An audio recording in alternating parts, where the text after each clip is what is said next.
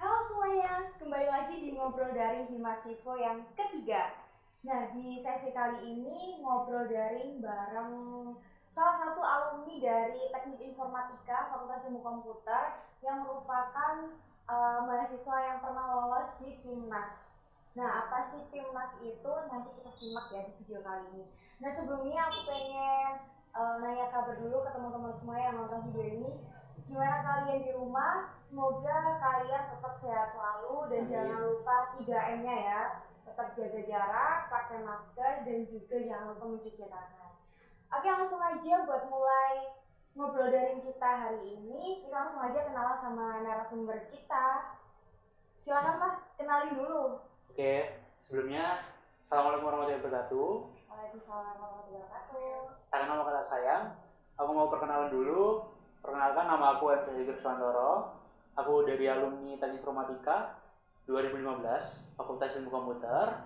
Alhamdulillah aku udah alumni, lulus tahun 2019 bulan Februari. Oke, langsung aja ya. Ini kita ke pembahasan yang cukup menarik sebenarnya, karena ini banyak banget dari teman-teman yang udah pada tanya. Khususnya ini teman-teman dari mahasiswa baru tahun 2020 ya. Ini banyak yang nanya, Kak, PKN itu apa sih? Kak, gimana sih aku bisa ngerjain PKN? Kak, gimana sih caranya nyari judul buat PKN dan lain sebagainya, masih banyak lagi. Nah, yang pertama kita bahas adalah apa sih itu PKN? Nah, mungkin bisa dijelaskan ya dari Mas Cahyo, gimana sih Mas PKN itu? Terus gimana sih pentingnya PKN sehingga teman-teman itu harus ikut PKN? Jadi pertama-tama ya, apa sih PKN itu? Kalau PKN sendiri itu program kerennya mahasiswa, ya enggak? Iya benar sih, benar. Karena yang ikut itu orang-orang yang keren. Wah, mantap.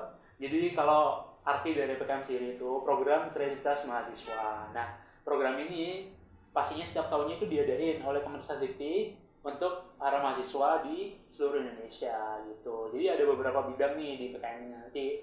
Kalau misalnya teman-teman nanti mau ada informasi itu, ada 5 bidang kalau nggak salah kalau kemarin ya. Kalau aku kan lolos PIMNAS atau PKM aku ikut tuh tahun 2018. Nah, aku itu angkat di program kreativitas mahasiswa di bagian teknologi. Jadi, aku ambil PKM bagian teknologi, PKMT gitu. Teknologi. Nah, ini nyambung ke pertanyaanku yang tadi ya Mas. Pentingnya PKM. Kenapa sih teman-teman itu harus ikut PKM? Kalau PKM sendiri ya, itu sebagai dari prioritas sih, prioritas mahasiswanya masing-masing. Kalau kalian pengen di bidang akademiknya bagus, pastinya kalian pasti belajar, dapat IPK bagus, lulus, UAS, UTS, dan kelar gitu. Benar. Tapi kalau misalnya ini kan bagian ekstrakurikuler atau ekstra dari lingkup akademik kalian di kampus. Nah, kalau PKM menurutku pentingnya PKM itu pastinya mengembangkan bidang akademik kalian di bidang non akademik yang ada di dalam kampus. Lebih tepatnya nanti kalian bisa eksplorasi inovasi baru di situ dan nanti mendapatkan sesuai dengan bidang-bidang yang diinginkan. Biasanya ada beberapa perusahaan. Kalau misalnya kalian pengen jadi pengusaha, kalau misalnya aku teknologi, berarti bikin suatu alat atau teknologi baru yang mana sih ini terbarukan untuk bisa digunakan untuk kedepannya gitu di masyarakat. Keren banget ya berarti PKM ini. Terus nih Mas ya, ini kan udah dijelasin nih pentingnya PKM. Nah, tapi dari teman-teman itu rata-rata mulainya nih yang susah. Nah, gimana sih caranya kita tuh bisa mulai PKM, bisa nemuin judul, ini bisa mulai ngerjain PKM sesuai dengan bidang-bidang yang pengen kita ikutin? Kalau aku sendiri ya, kelas balikku dulu untuk PKM sendiri itu, aku kan ambil PKM teknologi. Aku itu buat ALAIKIT teman-teman, alat olah lahan berbukit. Alat teknologi ini aku temuin dari mana? Dari teman-temanku yang di pertanian, itu tuh ngambil kayak PKL gitu loh, praktek kerja lapang. Nah di situ dia itu melihat kalau misalnya, oh gimana ya caranya kalau misalnya lahan berbukit itu bisa dikerjain. Nah dari case-case itu kita bisa mengetahui, oh kalau misalnya alat yang bisa digunakan biasanya kan cangkul atau nggak, traktor yang besar tuh. Iya, bener banget. Kalau misalnya dari atas ke bawah kan nggak bisa tuh. Akhirnya kita bikin inovasi apa sih? ALAIKIT gitu ya. Teman-teman gue nyetusin, kalau misalnya traktor mini gimana? Oh, traktor mini kurang bagus. Gimana kalau misalnya dimodifikasi namanya? Jadi ALAIKIT itu tadi, I like it, alat olah lahan berbukit.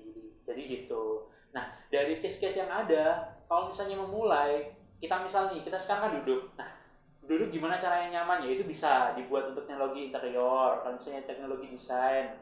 Kalau gitu kan misalnya kita di bagian informatika komputer, kita bisa nih bikin aplikasi-aplikasi, apalagi sekarang corona. Nah kalau misalnya corona kita bisa kan buat kayak screening awal corona itu terjadi, tapi kan sudah banyak toh. Nah itu harus dikembangin, amati tiru modifikasi. Boleh nyontoh tapi tidak plug ya. Jadi ada modifikasi ulang yang bisa digunakan untuk inovasi-inovasi kedepannya gitu. Berarti ininya ngambil topik buat PK ini sebenarnya gampang ya, karena kita bisa lihat dari sisi lingkungannya kita sendiri gimana, Betul. terus kondisi sekarang yang ada itu kayak gimana, bisa dilihat dari situ. Betul banget ya.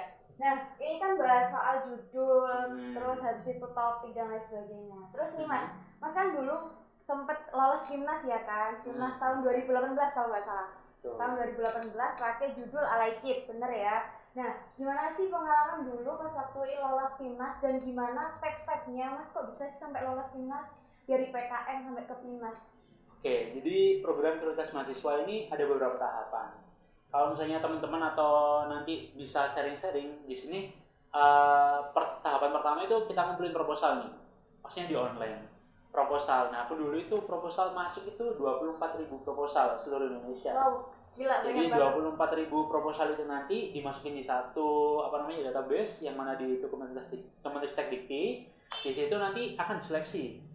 Dari 24.000 proposal diambil jadi 4.000 tuh. Nah 4.000 itu kalian nanti pasti masuk ke Monef, monitoring dan evaluasi. Monef itu kalian udah dikasih dana. Misal aku dulu kan ngajuinnya kan dana 8 juta sekian ya. Jadi aku dikasih 70%-nya. Itu dana itu tadi. Jadi berapa 70% itu tadi, ya aku didapat itu. Terus aku realisasikan alat yang mau tak buat itu seperti apa. Terus aku nanti ke mitra, terus dan lain sebagainya.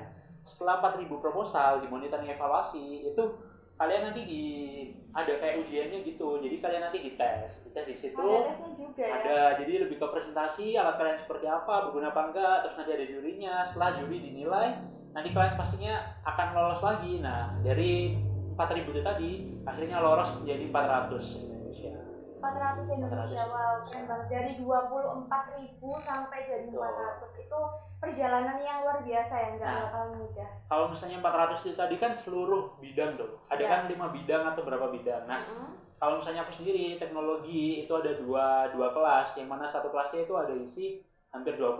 Jadi kalau misalnya di total 2 kelas ya berarti 40 sampai 60. Nah 40-60 itu seluruh Indonesia teknologi, yaitu yang kalian nanti dapetin gitu. Jadi kalau misalnya kalian lihat Timnas itu bukan sekedar kalian dapat juara 1, 2, 3 di Timnas, tapi Timnas itu semuanya udah juara gitu. Benar. Gitu. Berarti yang masuk Timnas ini adalah mahasiswa-mahasiswa hebat yang ada di bidangnya masing-masing, betul ya? Dari 24.000 bisa sampai 400 itu aja udah perjalanan yang cukup luar biasa. Hebat, berarti hebat banget ya. Nah, ini kan ibaratnya cerita dari Mas Cahyo kan, gimana sih dari PKM bisa ke Timnas, dari 24.000 bisa jadi sampai 400. Ya, betul. Ini kan pasti ada bentuk apresiasi dari tim juga kan. Tim juga kan pasti menentukan kan. Betul. Nah, gimana sih ini soal pembahasan tim nih ya? Ini kan teman-teman pasti juga bingung kan, gimana sih caranya bentuk tim buat PKM, cari tim. Ini boleh nggak sih lintas fakultas, lintas jurusan, atau lintas angkatan mungkin? Nah, bisa nggak sih dijelasin Mas gimana itu? Jadi kalau aku dulu itu ngambil case-nya kan dari pertanian tuh. Karena temanku, akhirnya aku sama temanku pertanian, anak agroteknologi yang praktikum lapang. Akhirnya aku dapat alat itu untuk aku bikin inovasi. Aku mikir dong, kalau misalnya aku sama pertanian, informatika sama pertanian, apa nyambungnya kan nggak ada tuh kalau misalnya teknologi. Akhirnya aku cari teman-temanku. Akhirnya aku dapat teman agribis, itu teman untuk bahasa Inggris di UPN. Agribis ngajak temanku lagi teknologi, teknik industri. Akhirnya terus aku ngajak lagi satu lagi teman bawah angkatanku itu industri. Jadi ini tuh lebih ke arah kalian nyari tim itu dari relasi-relasi yang kalian dapat dari ekstra, dari UKM, dari apapun, dari komunitas, kalian itu bisa ngajuin itu. Jadi juri-juri itu lebih suka kalau misalnya kalian itu lintas jurusan, lintas linear kalian. Dicatat ya teman-teman. Jadi kalau misalnya aku sendiri dulu kan informatika di bagian apanya sih kok I Like It, alat olahan berbukit. Jadi aku dulu itu bikin kayak alarm pengingat untuk misal alat itu harus berhenti di waktu 30 menit sehingga bisa digunakan untuk jangka panjang. Kan ada perawatan mesin tuh. Jadi alat itu bisa berguna gitu. Kalau misalnya alat itu tidak ada kayak pengingat 30 menit harus diberhentikan, pastinya nanti kan kegunaannya cuma sebentar gitu, tidak jangka panjang. Nah itu aku informatikanya, terus temanku bikin agroteknologinya itu lebih ke arah pengukuran pH tanah, pH air, pH sama cahaya gitu. Terus temanku industri bikin ngerangkai-ngerangkai alatnya gitu. Wih, keren banget ya, aku nggak bisa bayangin gimana bagusnya alat yang udah dibikin dari tim Alike ya. Nah ini kan tadi udah bahas nih ya, Alike itu gini, timnya, kekompakan tim juga. Berarti intinya di sini tuh kombinasi jurusan yang bisa bikin Alike itu tuh jadi sempurna banget ya. Dari teknologi ada, tadi ada juga dari teknik industri, ada dari agrotek, agribis. Wih keren banget. Nah ini kalau udah bahas Alike nih, terus apa namanya, tadi kan bahas soal olahan berbukit, pastinya itu kan ada mitra. Nah bisa dijelasin nggak mas soal mitranya ini gimana bisa dapat mitra, terus gimana perjanjian sama si mitranya ini bisa sampai sekarang itu gimana? Kalau misalnya mitra ya, kita berhubungan sama mitra. Program kreativitas mahasiswa itu ada yang pakai mitra, ada yang enggak. Kalau teknologi pasti wajib pakai mitra. Oh gitu.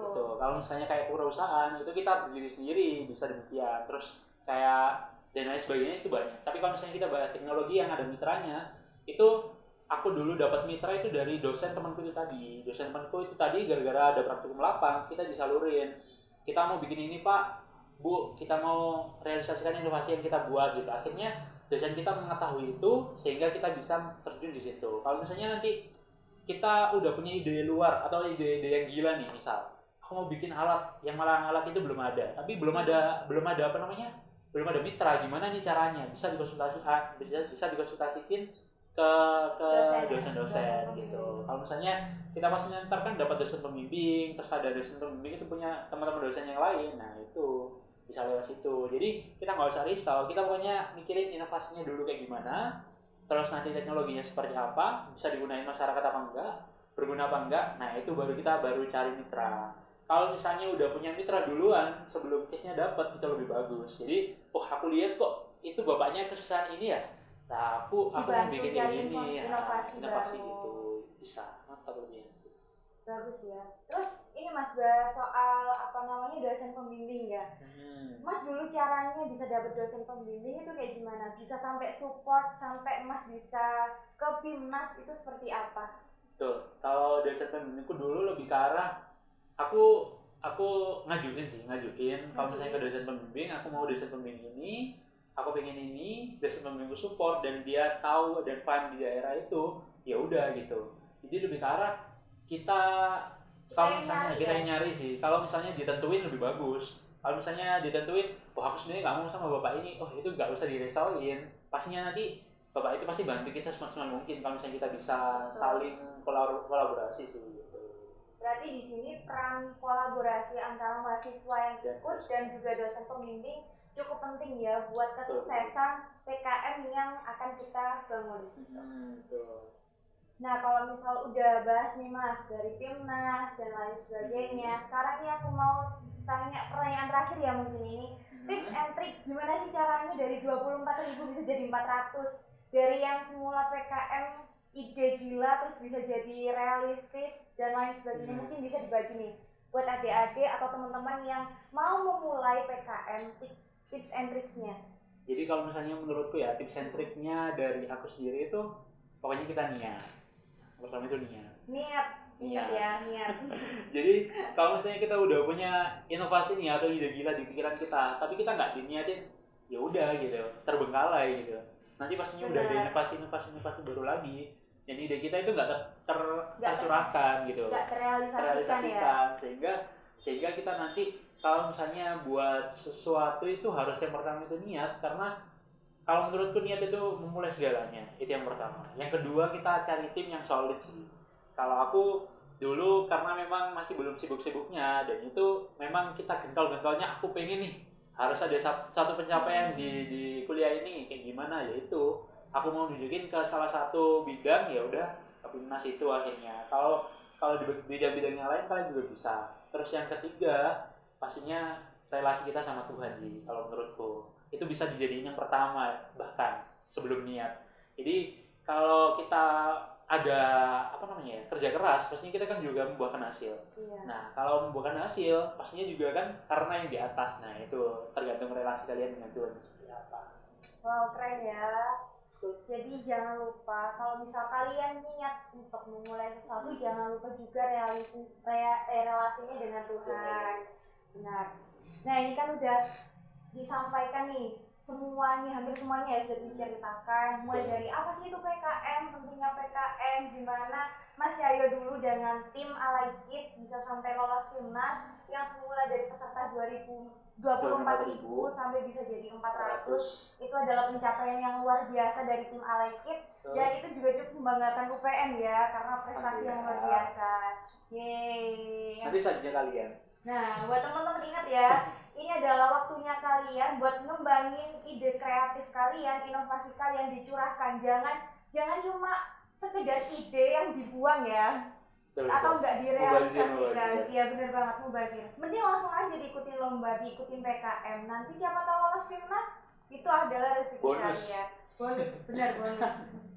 Itu adalah pencapaian yang nanti bisa membanggain UPN, membanggain alma mater tercinta. Dan satu lagi sih sebenarnya, dari PKM kenapa aku bisa kayak seperti ini? Alhamdulillah sekarang aku ngambil di Pasca Sarjana Politeknik Elektronika Negeri Surabaya.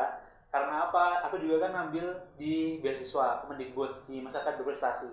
PKM itu bisa tak susupin di situ. Jadi kalian nanti nggak usah risau, aku udah PIMNAS terus ngapain sih gitu. Nggak kayak gitu. Pasti nanti kalian ada berguna buat kedepannya. Kalau misalnya aku tak buat daftar beasiswa masyarakat berprestasi dan alhamdulillah dapat, ya udah alhamdulillah gitu. Jadi kalau misalnya kalian nanti pikirin PIMNAS itu buat apa sih, buang-buang waktu, apalagi anak-anak teknik ya yang banyak tugas, itu nggak ada buang-buang waktu. Kalian nggak cukup cuma transkrip, nggak cukup cuma jasa yang buat kedepannya, tapi kalian juga perlu apa ya namanya, kayak kreditas bidang inovasi yang kalian miliki untuk bisa dibuat portofolio untuk kedepannya, misalnya di S2 atau pekerjaan atau di intinya nih, PKM itu nggak bakal nggak bakal buang-buang tenaga kalian. betul.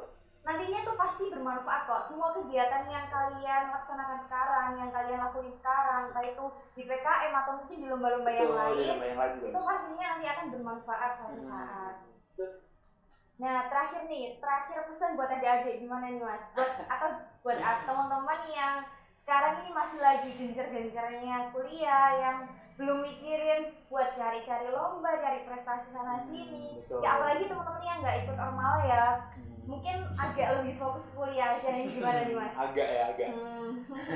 Jadi kalau buat teman-teman, pesan itu cuma satu, kuliah itu jangan kupu-kupu ya, kuliah pulang. Jadi kita harus bisa bermanfaat buat diri kita ataupun yang lingkungan kita. Kalau misalnya kita bicara dulu, aku sibuk apa sih? Apa cuma akademik aja? Alhamdulillah aku nggak sibuk cuma akademik. Jadi aku juga di komunitas, sibuk KM, terus ada juga di BEM, dan alhamdulillah juga aku bisa bagi waktuku gitu kan.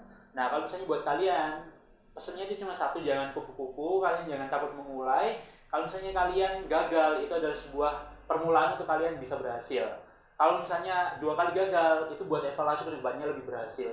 Kalau ketiga, pastinya nanti kalian mendapatkan buah hasil itu tadi, sehingga bisa digunakan untuk evaluasi kedepannya. Jadi gitu. Bener banget. Jadi intinya mulai aja dulu dari sekarang. Dulu. Jangan terlalu pikir keras ya buat mulai, Betul. karena mulai itu nggak ada harganya kok, gratis kok buat mulai. Ngumpulin niat dulu. Kerja keras doang. Iya, ininya kerja keras ya. Nah, kata-kata tadi itu jadi penutup ngobrol daring kita hari ini dengan Mas Cahyo, salah satu tim dari Alaikid yang lolos timnas tahun 2018.